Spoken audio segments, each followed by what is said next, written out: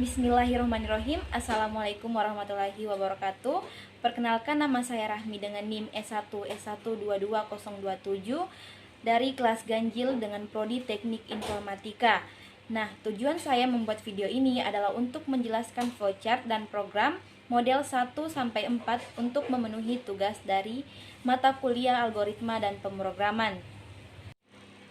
Sebelumnya saya akan menjelaskan tentang algoritma percabangan. Algoritma percabangan merupakan salah satu instruksi dalam algoritma yang digunakan untuk memberikan pilihan kepada program, yakni perintah mana yang harus dilewati dan perintah mana yang harus diproses berdasarkan kondisi yang dicantumkan. Nah, maksud dari pencabangan model 1-4 yakni yang pertama, algoritma pencabangan satu kondisi adalah algoritma pencabangan yang hanya menggunakan satu kondisi atau ketentuan saja. Jika ketentuan terpenuhi, maka instruksi akan diproses. Namun jika tidak terpenuhi, maka akan dilewati atau akan langsung selesai tanpa hasil maupun proses. Nah, yang kedua adalah algoritma pencabangan dua kondisi, yang merupakan algoritma pencabangan untuk memecahkan kasus yang hanya menggunakan dua ketentuan saja. Dan yang ketiga adalah algoritma pencabangan tiga kondisi, yang merupakan algoritma pencabangan yang dapat digunakan untuk memecahkan kasus yang terdapat tiga ketentuan. Dan yang keempat adalah model switch case, yakni kondisi percabangan pada kode program di mana kita membandingkan isi sebuah variabel dengan beberapa nilai. Pada saat proses perbandingan tersebut menghasilkan true, maka blok kode program yang kita pilih akan diproses. Langsung saja, yang pertama pencabangan if model 1, di mana kasusnya adalah algoritma dan program untuk menentukan tinggi badan chassis AL, yakni angkatan laut, dengan ketentuan jika tinggi badan lebih kecil 160 cm maka chassis AL dinyatakan gagal. Selanjutnya kita masuk pada tampilan flowchartnya. Yang pertama kita mulai, kemudian masukkan tinggi badan chassis AL. Selanjutnya masuk pada kondisi, yakni dengan ketentuan tinggi badan lebih kecil 160. Jika dia bernilai true, maka hasilnya adalah chassis AL dinyatakan gagal. Kemudian selesai. Namun jika kondisi tersebut bernilai false atau salah, maka dia akan langsung selesai tanpa adanya hasil atau proses. Nah, setelah itu kita lanjut untuk menyusun source code-nya berdasarkan flowchart yang tadi dengan struktur C++.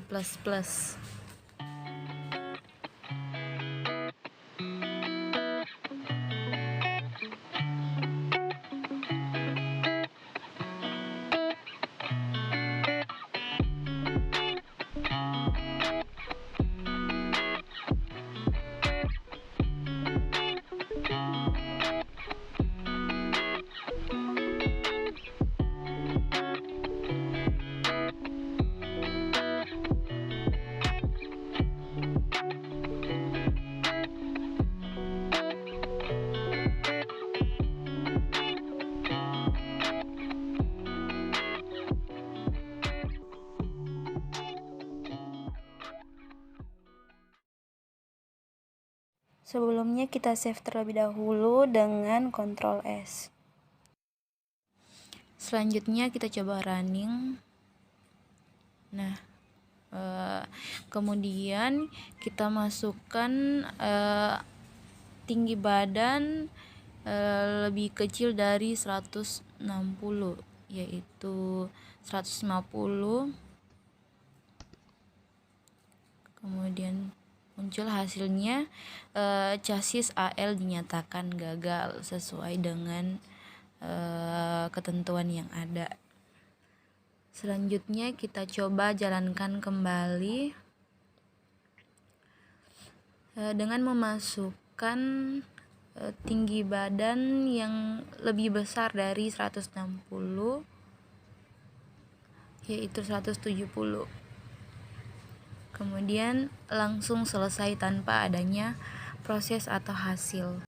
Baik, lanjut yang kedua, yakni pencabangan if model 2, di mana kasusnya adalah algoritma dan program untuk menentukan predikat cum laude mahasiswa dengan ketentuan yang pertama, jika IPK lebih besar sama dengan 3,60, mahasiswa dinyatakan cum laude. Yang kedua, jika IPK lebih kecil sama dengan 3,60, mahasiswa dinyatakan tidak cum laude. Selanjutnya tampilan flowchartnya. Kemudian yang pertama mulai. Selanjutnya masukkan IPK. Kemudian masuk ke bagian pengkondisian di mana IPK lebih besar sama dengan 3,60. Jika kondisi ini bernilai true, maka hasilnya adalah predikat cum laude. Namun jika kondisi tersebut bernilai false, maka hasilnya adalah predikat tidak cum laude. Kemudian selesai. Next ke bagian source code-nya, saya percepat saja.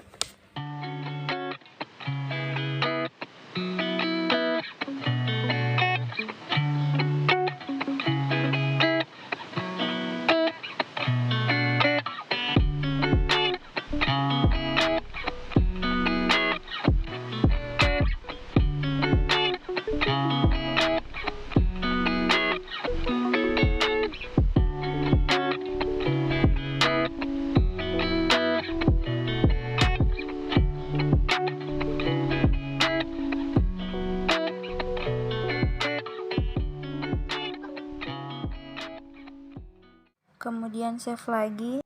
Nah, seperti inilah tampilan flowchartnya. Kemudian jalankan.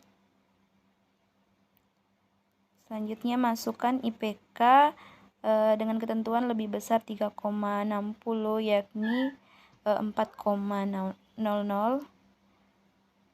Kemudian lanjut. Nah, muncul hasilnya adalah keterangan cum laude. Baik, coba jalankan kembali. Lalu masukkan nilai yang lebih kecil dari 3,60 yaitu 2,60. Nah, muncul hasilnya atau keterangannya itu tidak cum laude karena tidak memenuhi dari ketentuan. Selanjutnya kita masuk pada pencabangan if model 3, di mana kasusnya adalah algoritma dan program untuk menentukan tinggi badan atau TB normal berdasarkan berat badan atau BB dengan ketentuan yang pertama, jika berat badan 44-45 kg, maka tinggi badan normalnya adalah lebih besar 147 cm. Yang kedua, jika berat badan 45-50 kg, maka tinggi badan normalnya adalah lebih besar 150 cm. Yang ketiga, jika berat badan 50-54 kg, maka tinggi badan normalnya adalah lebih besar 153 cm. Dan yang terakhir, yaitu jika berat badan 54-57 kg, maka tinggi badan normalnya adalah lebih besar 157 cm. Selanjutnya, tampilan flowchartnya seperti ini. Yang pertama kita mulai. Kemudian masukkan berat badan. Selanjutnya kita masuk pada bagian pengkondisian yang pertama dengan ketentuan berat badan lebih besar 44 dan berat badan lebih kecil 45.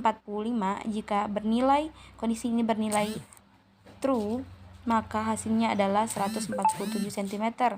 Namun, jika kondisi ini bernilai false atau salah, akan berlanjut ke kondisi yang kedua, di mana berat badan lebih besar 45 dan berat badan lebih kecil 50. Jika dia bernilai true, maka hasilnya adalah 150 cm. Namun, jika kondisi ini bernilai false, akan berlanjut ke kondisi yang ketiga, di mana berat badan lebih besar 50 dan berat badan lebih kecil 54. Jika kondisi ini bernilai true, maka hasilnya adalah 153 cm. Namun jika kondisi ini bernilai false atau lebih besar 54, maka berlanjut ke kondisi yang terakhir, yakni dengan tinggi badan 157 cm. Kemudian selesai. Selanjutnya kita susun kembali source code-nya berdasarkan flowcharts yang sebelumnya saya tampilkan.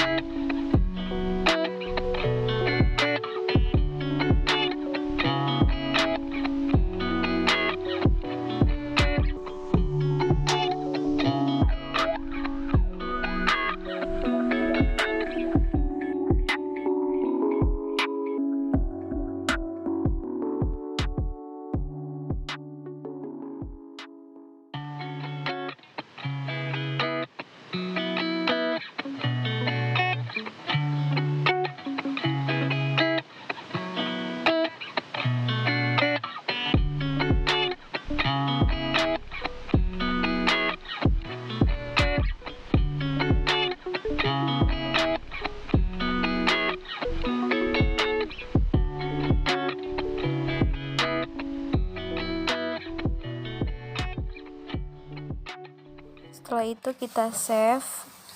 Nah, seperti inilah tampilan source code-nya. Kemudian kita coba jalankan dengan memasukkan berat badan lebih besar 44 dan lebih kecil 45. Kita masukkan 45, kemudian enter. Muncul hasilnya. Jadi berat badan 45 itu tergolong tinggi badan normalnya itu adalah lebih besar 147 cm sesuai dengan ketentuan atau kondisi yang pertama. Selanjutnya kita running lagi dengan memasukkan ketentuan yang kedua itu lebih besar 45 dan lebih kecil 50.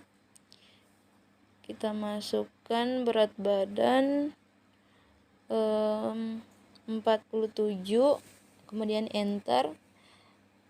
Muncul hasilnya itu 47, dia itu tergolong tinggi badan normalnya adalah lebih besar 150 cm sesuai dengan ketentuan yang kedua.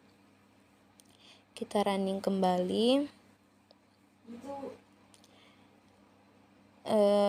Selanjutnya kita masukkan berat badan lebih besar 50 dan lebih kecil 54. Kita masukkan 53, kemudian enter. Muncul hasilnya 53 itu tergolong tinggi badan normalnya adalah lebih besar 153 cm sesuai dengan ketentuan yang ketiga. Running lagi. Kemudian kita masukkan kembali berat badan yang lebih besar dari 54 atau ketiga dari ketentuan sebelumnya. Kita ambil berat badan yang sekitar 57, kemudian enter. Maka dia akan tergolong tinggi badan normalnya adalah lebih besar 157 cm sesuai dengan kondisi yang terakhir.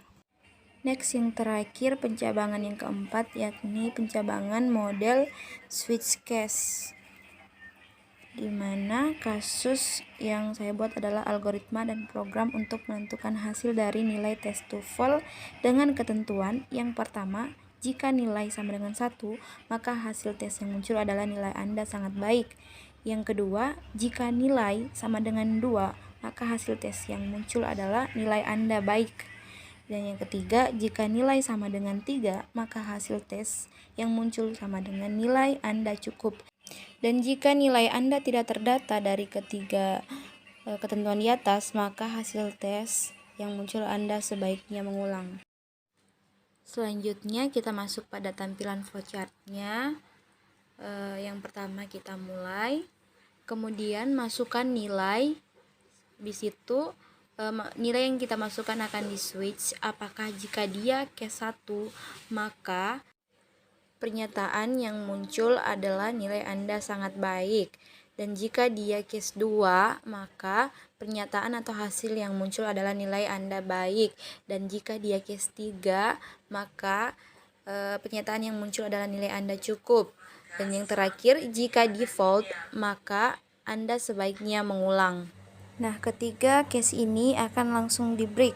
Diakhiri dengan perintah break dikarenakan supaya struktur case tersebut langsung berhenti begitu kondisi terpenuhi atau sesuai.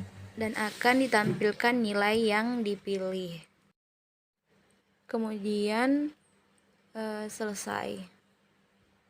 Sedangkan bagian defaultnya sudah pasti nilai yang kita masukkan itu tidak terdata pada ketiga case sebelumnya, sehingga dia akan langsung selesai. Selanjutnya kita susun kembali source code-nya, saya percepat.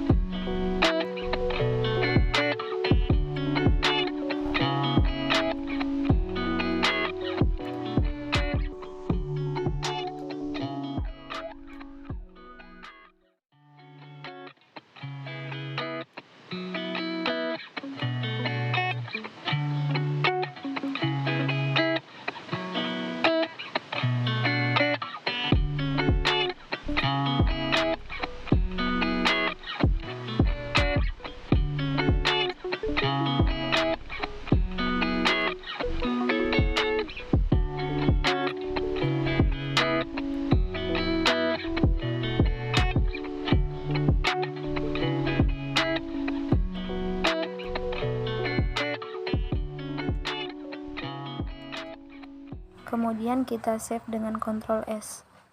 Nah, seperti inilah tampilan source code-nya. Kita coba jalankan. Kemudian masukkan case yang pertama, yaitu 1. Kemudian kita enter. Nah, muncul hasilnya adalah nilai Anda sangat baik. Kemudian kita coba jalankan kembali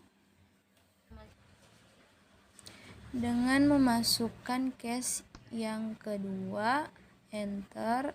Nah, muncul hasilnya yakni nilai Anda baik sesuai dengan case yang kedua. Selanjutnya kita jalankan lagi. Kemudian masukkan nilai 3, enter. Nah, muncul hasilnya atau pernyataannya adalah nilai Anda cukup sesuai dengan case yang ketiga. Selanjutnya kita running kembali dengan memasukkan nilai selain dari ketiga case yang dicantumkan di sebelumnya, yakni nilai 7. Enter. Nah, muncul pernyataan atau hasilnya yakni Anda sebaiknya mengulang. Hal ini dikarenakan nilai yang kita pilih itu tidak terdata pada ketentuan yang ada. Nah, itulah tadi penjelasan flowchart dan program model 1-4 dari saya. Lebih dan kurangnya mohon dimaafkan. Wabillahi taufiq wal hidayah. Wassalamualaikum warahmatullahi wabarakatuh.